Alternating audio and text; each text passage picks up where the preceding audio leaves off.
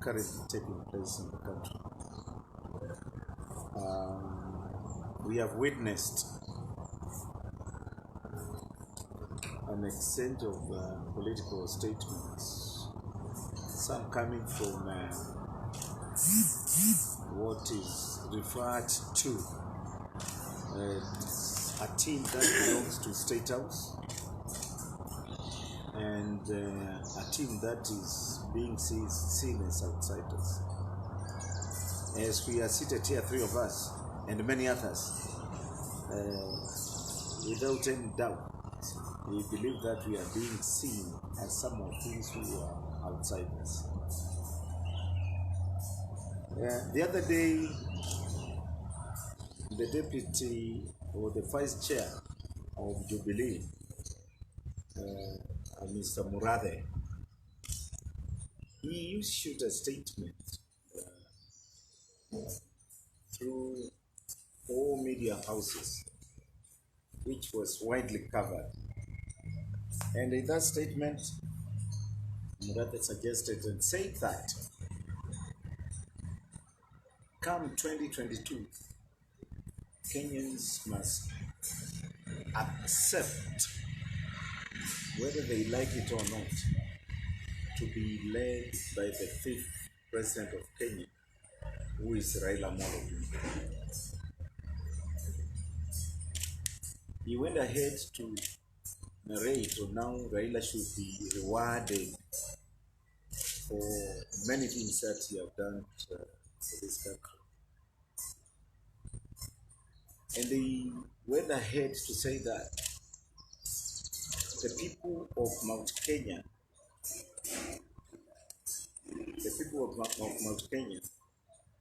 they will be voting for the candidate that will be proposed by Uhuru Kenyatta. I wanted to respond to Murade's remarks or statement and tell him that he must get to know and understand that Kenyans are mature, they understand what is democracy, and they will never be forced by anyone or directed by anyone to vote against their choice. Uhuru himself is going home, and if Murade is not aware, Uhuru is finishing his term. And the election starting from MCRs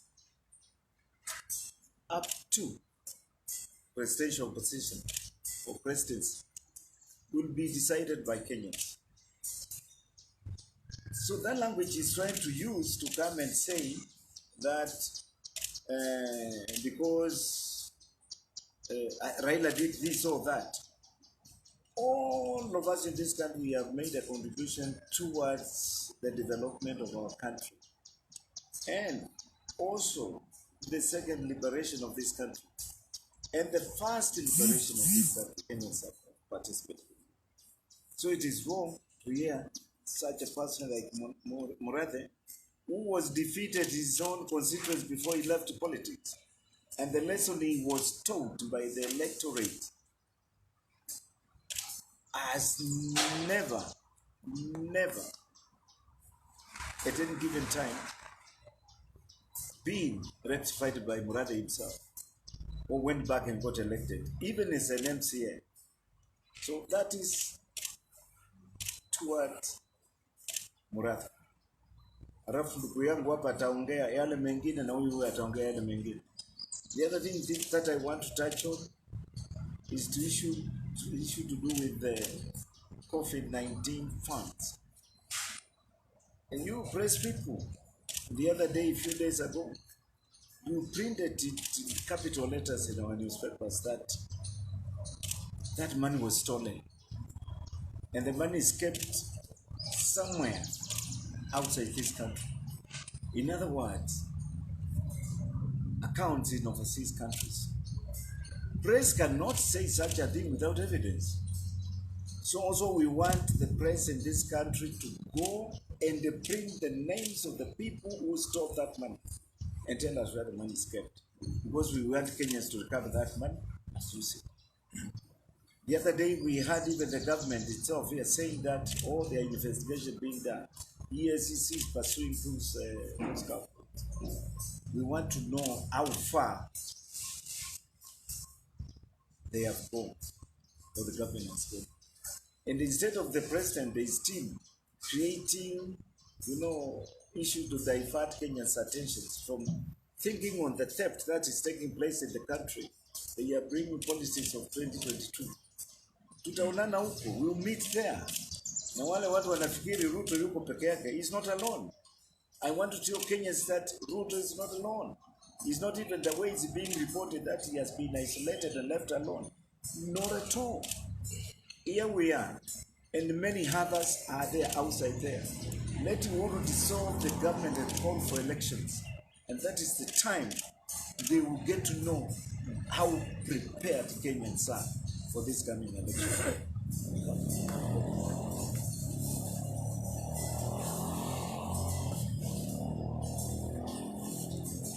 Thank you very much. I want to agree with what our brother said. But I want to remind Kenyans that Francis Atwoli has consistently, for a long time, been asking us to take it to the bank. The fact that A, the deputy president will not be a president, and B, that he will not even be on the ballot paper.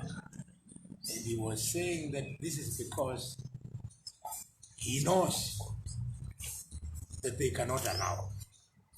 So who are these people if they are not the system, if they are not the big state, so to speak? Number two, David Murade, as articulated by my brother here, he has also spoken on the issue of deep state, saying, we have decided. Can you imagine? One character from Katanga there saying that once he decides, he has decided for all Kenyans, including Kenyans from Old Town in Mombasa, Kenyans from the slopes of the hills in Machakos, Kenyans from the Kakamega rainforest, that they have decided. If by saying we have decided, rather therefore is referring to a deep state or a system, they better say. Then finally, Raila's brother, Buru, went public 2 weeks ago and said that they are finally going to go to State House because now the deep state is working for them. We are sitting here to call bluff that there is nothing called deep state. As far as we are concerned, if deep state was there, Uhuru Kenyatta would have won the presidential election in 2002 because Moi was behind him. Number two, if the deep state was indeed there, then in 2005, President Kibaki would not have lost the referendum. If the deep state was there, then in 2013, Uhuru Kenyatta and William Ruto, who were facing a sitting vice president and a sitting prime minister as opponents for the presidential election, they would not have lost. They would not have won. They would have lost to a sitting vice president and a sitting prime minister. But because there was no deep state, they won and won.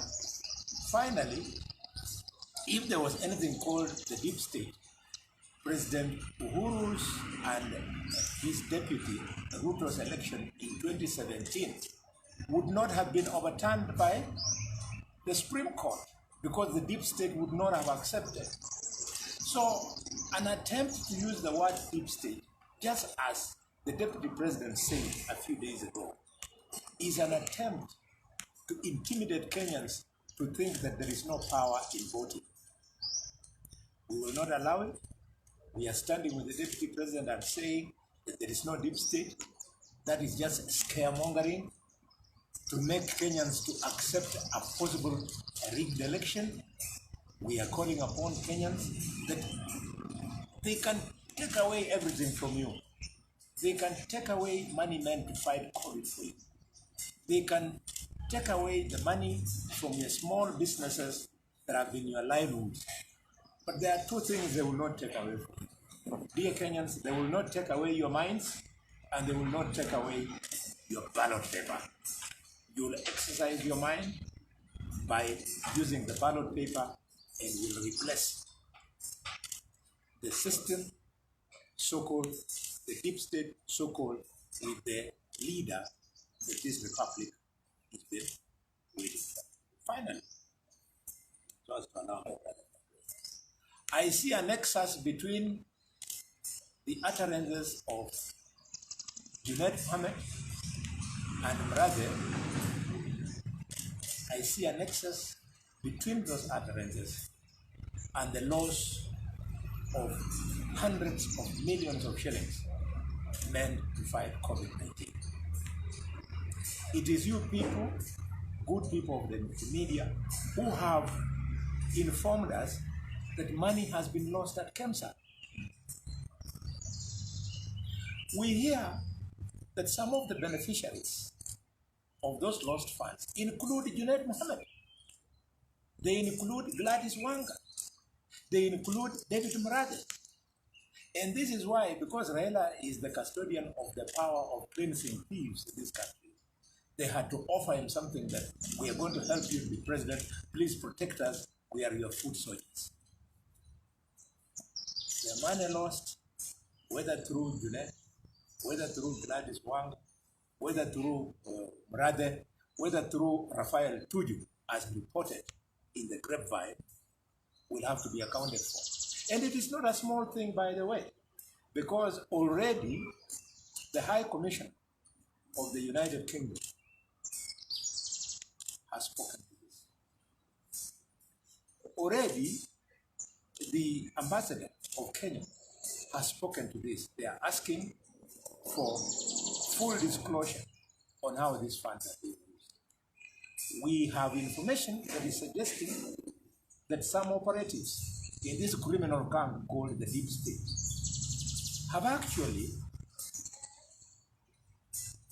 been using some of the donations, for example, by Jack Ma of China, to supply to KEMSA in the pretext that they are supplying their own products, when actually those were donated facilities. We will not stop. If a president can sit in his office and see no problem with the Mutai Kagwe saying that they have spent 4 million shillings making a thermos full of tea, if you can see nothing wrong with that,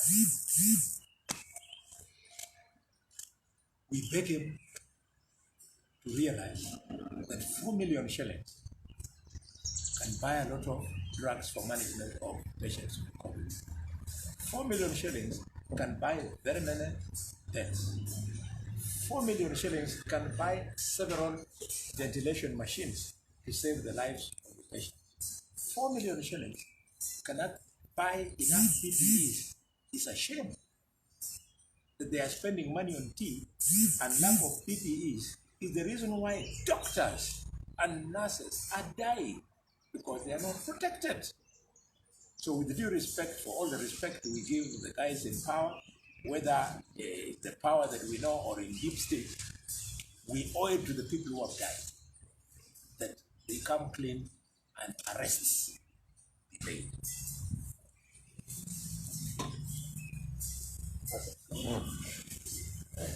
I think all has been said by my two seniors here. Mine is to simply agree with both of them.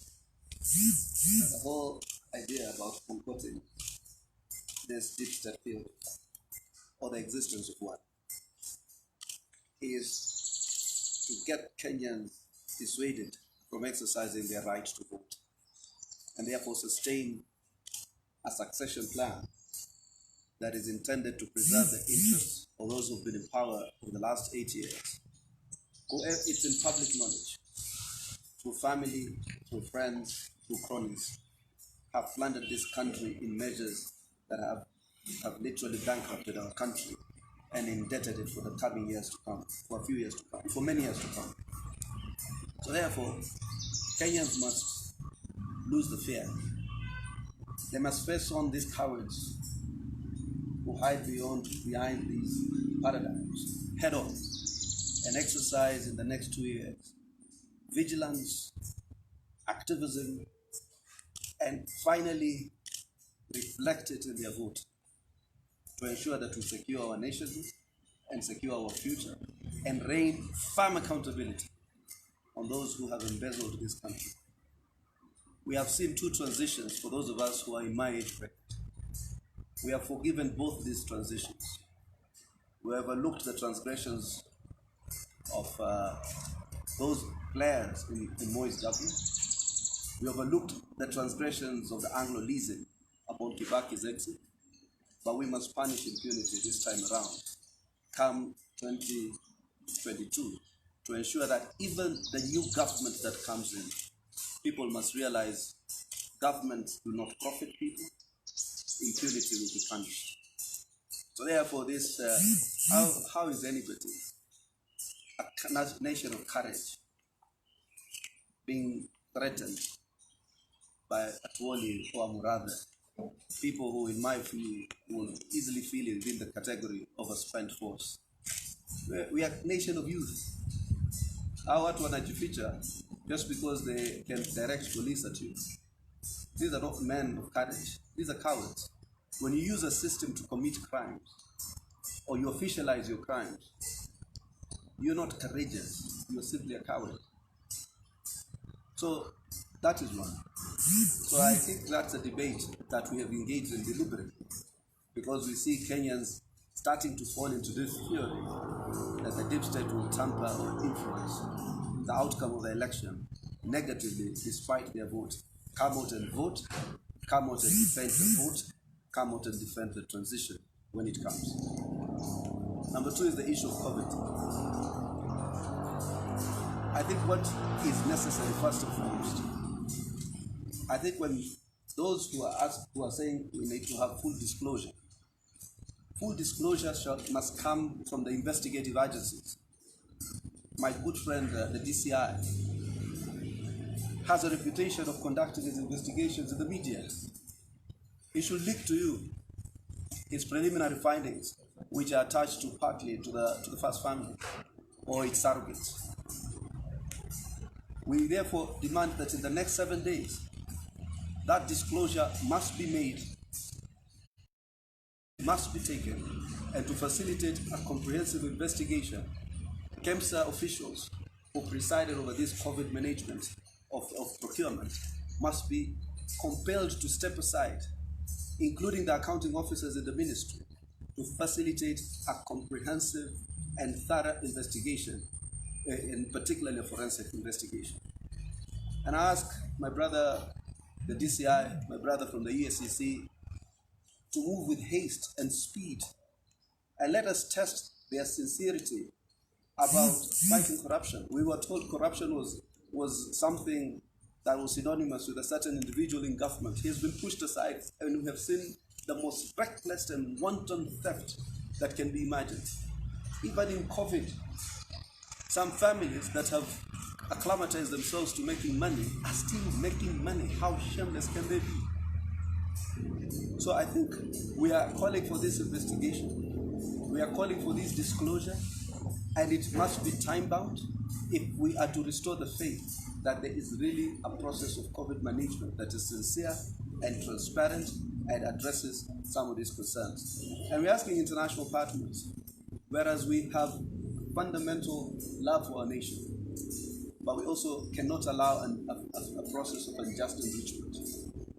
Whether it is the World Bank, whether it is the European Community, whether it is the British government, whether it is the American government, must freeze or suspend funding of COVID programs unless disclosure is made in the next week or 14 days, and unless action is taken. And there should be heads rolling. You know, Kenyatta comes around talking tough, you know, on all matters. But he has led one of the most disastrous governments those of us who are in our age brackets have ever witnessed.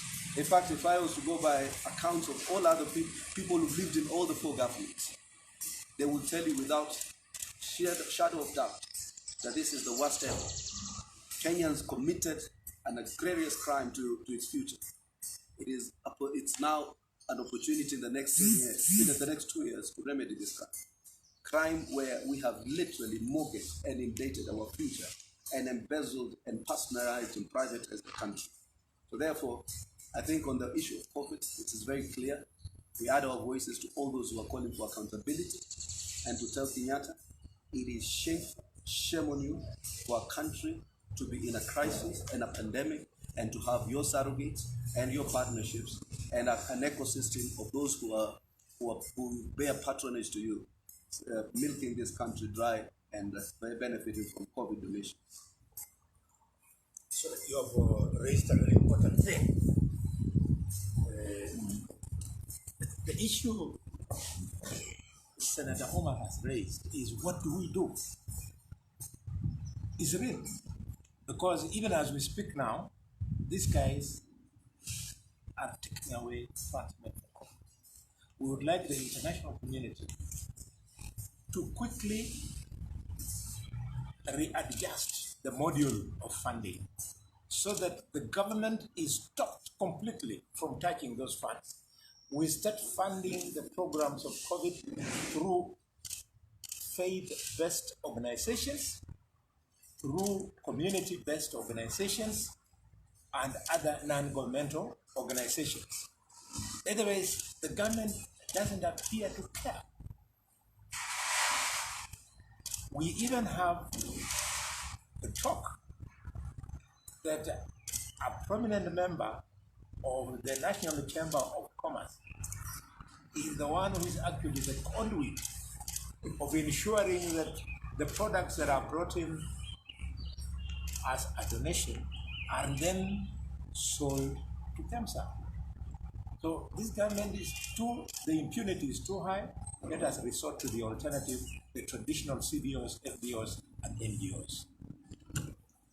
Maswala iko ama tuende kunywa chai ya milioni. Kitu hakuna ni mandazi, lakini chai pekee yake haiwezi kufika bilioni 4. Asanteni sana. Mungu awabariki.